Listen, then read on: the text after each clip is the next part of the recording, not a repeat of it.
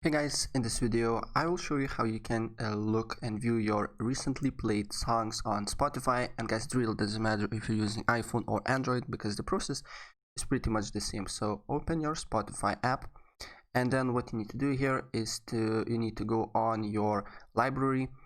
And then what you need to do here is, if you have a playlist, you need to basically tap on your playlist, and if you do not have playlist, you need to create one quickly by pressing create playlist and basically press OK. Alright, and once you have a playlist, go on the playlist and then press add songs.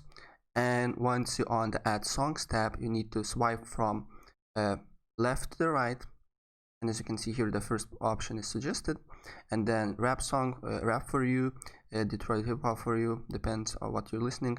And then as you can see here, the third tab is recently played. So as you can see here, there is all my recently played songs. So this is just account that I show tutorials. So as you can see here, there is basically not a lot of songs, and I don't really know how long it will stay, but I can say, for example, the first song I listened 3 months ago, so it's pretty old. Right, so that's how you can view recently played songs on Spotify.